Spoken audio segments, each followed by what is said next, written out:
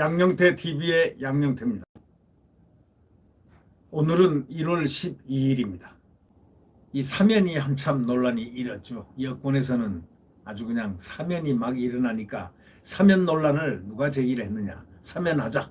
사면을 우리 한번 고려해보자. 검토하자 하고 이제 여권의 이낙연 대표가 그것을 먼저 풀었습니다. 이 썰을 풀자 난리가 났습니다. 야, 이낙연 꺼져 부터 시작해서 온갖 흉측한 말들이 이제 대깨문들의 공격이 있었습니다. 이낙연은 졸지에 친문에 비율을 맞추면서 여태까지 잘 나가다가 그냥 친문들의 공격 대상이 됐는데 이 공격 대상이 보통 정도가 아니고요. 나가란 얘기입니다. 나가란 얘기입니다. 너 대표 그만해. 그리고 추미애가 나중에 해야 돼. 이 자리 빈자리는 추미애다. 너는 나가. 이런 식으로 하는 이 강성 친문들, 또 강성 친문에 의해서 휘청거리고 거기서 주저앉은 민주당 최고위원회 회의, 그 다음에 그 앞에서는 그 다음날 회의를 열었는데 사면론은 쑥 들어가고 그날 또 이 대표 이낙연 대표는 아무 말도 못하고 사면 얘기를 안 꺼냈다는 거 아닙니까? 사면이란 얘기를 꺼내지 않았다는 얘기인데 결국 이 사면론이 결국 사면 초과가 됐다. 그 사면 글자는 다르지만 사면론이 결국 사면 초과론이 된 거다. 이런 뜻 아니겠습니까? 더불어민주당 어떤 의원은 말이죠. 최근에 여권 상황에 대해서 평가를 어떻게 했느냐. 딱 한마디로 사면 논란으로 여권이 사면 초과에 빠졌다. 이렇게 했다고 언론은 전하고 있습니다. 동아일보에 가면은 사면 초과와 사라진 통합, 청와대 풍향계 이렇게 나와 있습니다. 청와대 풍향이 사면 초과와 더불어 사라진 통합이다. 이게 없어졌다는 겁니다. 자, 집권 마지막 5년 차입니다.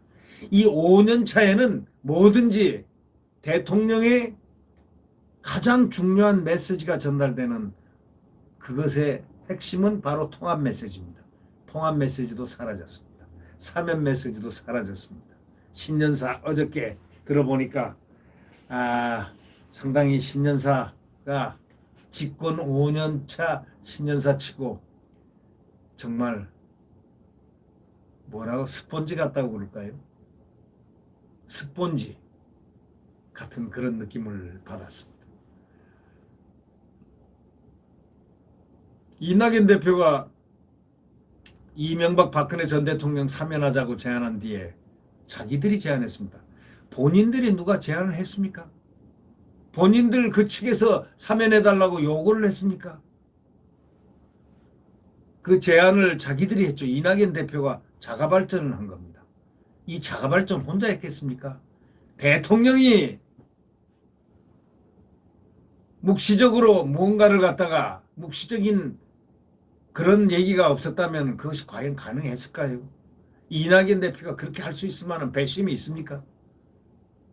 지금 전부 다 90도 굴곡 자세에서 지금 얼음도 발걸음도 뚜벅뚜벅 걷질 못하고 살짝 걸어가는 이낙연 대표의 그 정말 모습이 보입니다. 느껴집니다.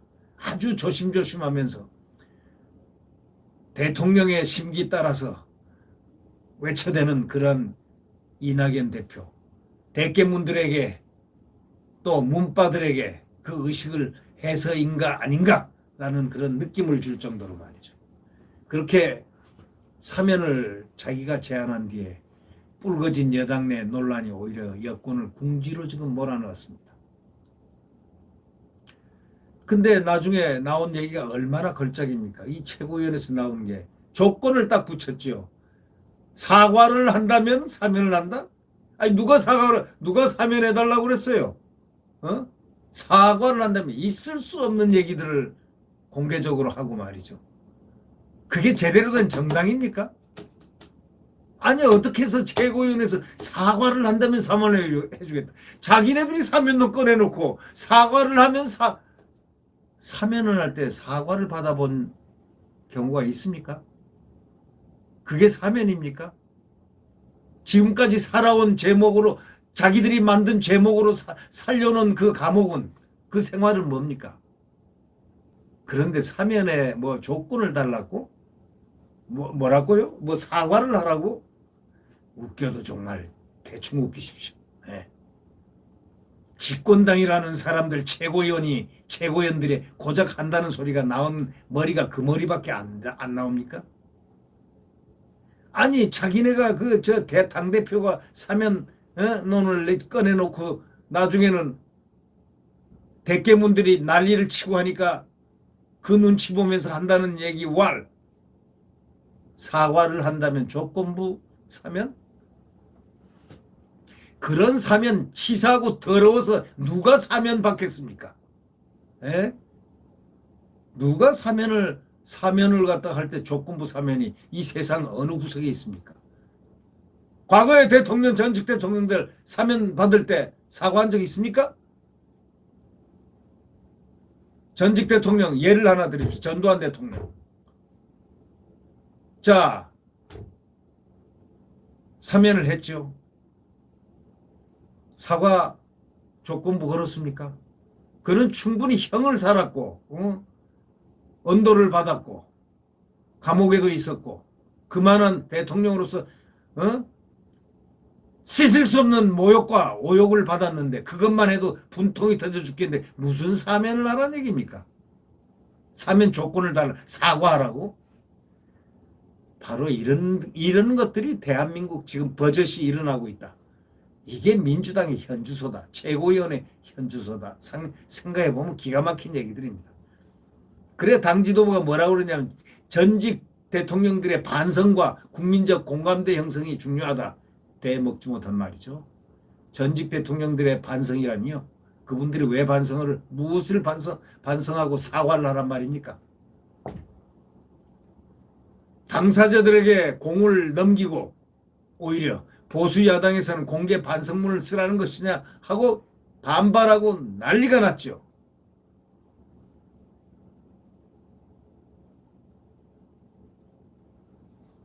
여권 내부에서는 진보적인 실용주의를 표방하는 이 대표가 사면 카드를 꺼낸 것을 두고 국민통합이라는 명분과 중도층 확보라는 실리를 동시에 챙김으로써 자기의 대선 행보에 또는 앞으로 4월 달에 있을 선거에 유리하게 작동되리라고 생각을 해서 여러 가지 계산해서 했을 겁니다. 또 지지율이 그냥 대선 주자 지지율도 그냥 땅으로 그냥 받고 있고 조급한 게 아니냐 이런 비판도 엇갈리고 있는데 그러나 이 대표 측 핵심 의원은 이렇게 얘기했다는 겁니다. 이 대표가 이럴 건 없다. 문 대통령의 정치적 부담을 덜어주기 위한 것이다. 박 전 대통령의 형 확정 이후 사면 얘기가 나오면서 질질 끌려가는 것보다는 우리가 주도적으로 하는 게 낫다는 판단이었다. 이렇게 말했다는 겁니다. 그럴 수도 있겠죠. 그렇지만 사면 논란 이후에 친문 지지층이 등을 돌렸습니다. 자, 친문재인 완전히 등 돌렸습니다. 이 대표 지지율은 하락세가 그냥 눈에 보입니다. 이제는 심지어는 요단강 건너갔다는 얘기까지 있습니다. 돌아오지 못할 다리를 넘었다는 얘기가 있습니다. 이낙연 씨는 이 국무총리 시절에 문 대통령의 높은 국정 지지율과 함께 연동돼 가지고 여권 내 대선 주자 아주 대선 주자 무소불위한 대선 주자 지지율 1위를 차지하고 달려왔습니다.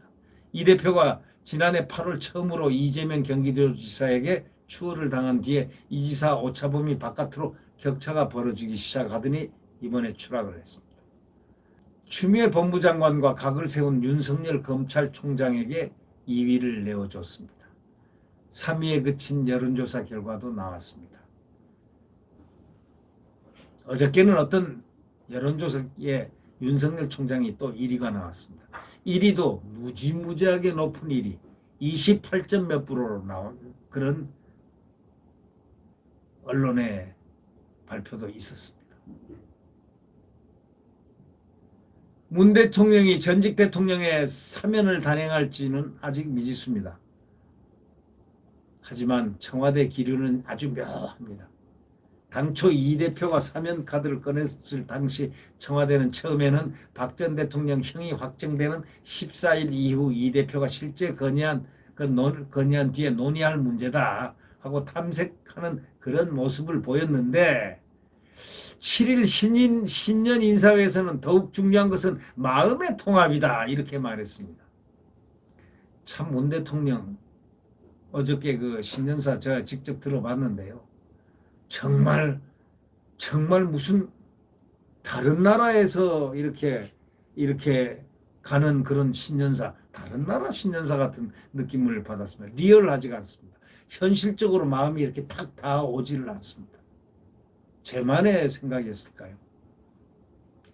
이 대표가 불교 조계종 그 예방한 자리에서 국민 마음이 여러 갈래로 갈라져 있어서 안타깝게 생각한다. 마음을 거론한 직후에서 문 대통령 사면 단행을 염두에 둔 것 아니냐 이렇게 관측들도 했지만 전혀 안 했습니다. 지지층의 강한 반대가 확인되자 화들짝 놀란 것이 아닌가라는 그런 언론의 반응도 있습니다.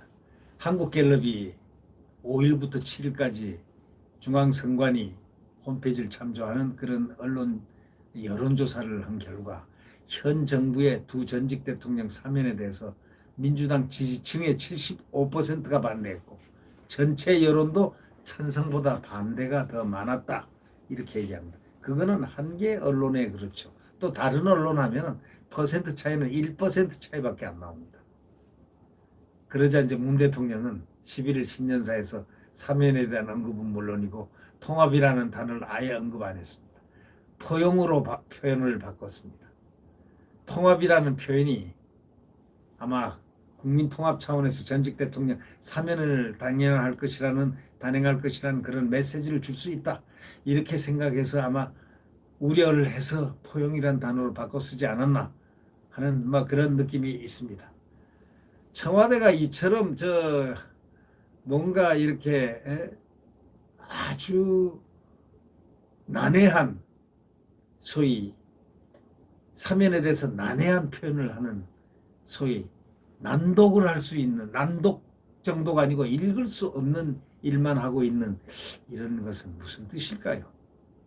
그 다음에 이렇게 얘기합니다. 이건 더불어민주당 어떤 의원의 얘기입니다. 협치 내각까지는 아니더라도 회전문 인사는 거의 치명적이다. 이 정권의 가장 특색이에요. 일로 들어가서 다 그 사람입니다. 비서실장도 유영민, 또 돌아서 전부 다 돌아서입니다. 그래서 이 회전문 인사가 치명적이다 이렇게 말을 하면서 국민들과 싸우자는 것으로 보이지 않겠나 이렇게 얘기를 한 언론의 발표가 있습니다. 그건 뭐냐? 바로 어떤 국회의원, 민주당 국회의원이 그렇게 얘기했다는 겁니다.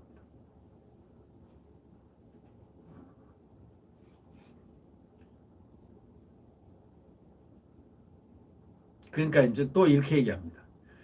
이 병사들의 예를 들어서 그 국회의원이 말이에요. 병사들을 예를 들었는데 병사들이 174명 의원이 뛰어봤자 거기다 맹장 장수인 대통령이 무너지면 끝 아니냐. 남은 건 문 대통령이 인적 쇄신을 혁신적으로 하면서 마지막으로 심기일전하겠다는 그런 메시지를 내놔야 하는데 그걸 안 내놨다 이런 얘기가 숨어 있는 얘기입니다. 바로 확실하게 얘기했으면 그건 여당 국회의원이 얘기한 겁니다.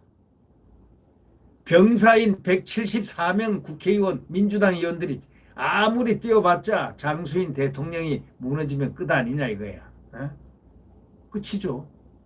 그건 맞습니다. 그러나 남은 건 안 그러려면은 문 대통령이 인적 쇄신을 해가지고 혁신적으로 하면서 마지막으로 뭔가 심기일전하겠다는 그런 메시지가 더 국민들에게 비춰져야 되는 거 아니냐. 그런데 완전히 회전문을 해가지고 조져버렸다 이겁니다. 다시 그 얘기입니다. 다시 조져버렸다 이 얘기입니다. 기업인 출신이자 소통형인 유영민 대통령 비서실장이 새로 임명되면서 청와대 내부에도 좀 새신 분위기가 감지된다고는 합니다만은 조만간 이뤄질 3차 개각, 문 대통령의 신년 기자회견, 이거는 5년차 정부의 향방과 성패를 가르는 마지막 분수령이 된다. 그런 의미에서 이제 신년 기자회견을 마지막으로 한번 쳐다보는 그러한 언론의 조명입니다. 그런데 팬덤 정치의 마지막까지 그것을 처리를 하지 않는다면 그거는 이 정권의 불행이자 대통령의 불행으로 나중에 귀착될 수밖에 없는 것 아니겠습니까? 자, 결자 해지란 얘기가 우리가 있죠. 결자 해지. 그것을 강성 지지자들에 대한 문제를 언론이 지적하면서 기자가 질문하니까 그것은 양념이라고 했다고 그러잖아요. 좋은 거 아니냐고. 그러면 그 말을 했던 대통령이 결자해지 차원에서 이렇게 너무 지나치게 강성으로 가는 건 단호하게 배격한다란 말 한마디면 끝나는 겁니다. 이왕 그의 임기는 1년밖에 안 남았으니까 1년이니까 뭐 어떻습니까? 소신껏 하고 국민과 발맞춰서 잘못된 팬덤 정치를 청산하는 것도 그것도 하나의 용기에 들어가지 않겠습니까? 네. 구독 버튼과 엄지를 눌러주시면 감사하겠습니다. 자, 지금도 광풍이 불고 있습니다. 지금도 암흑의 시대입니다. 자유민주주의가 꽃을 피우지 못하고 있습니다. 자, 내일 태양은 다시 떠오릅니다. 내일은 진정 자유민주주의와 시장경제가 뛰노는 자유민주주의 대한민국이 떠오를 것입니다. 네, 확신합니다. 4월 선거, 그 다음에 대선 모두가 신의 가호가 있을 것입니다. 네, 안녕히 계십시오.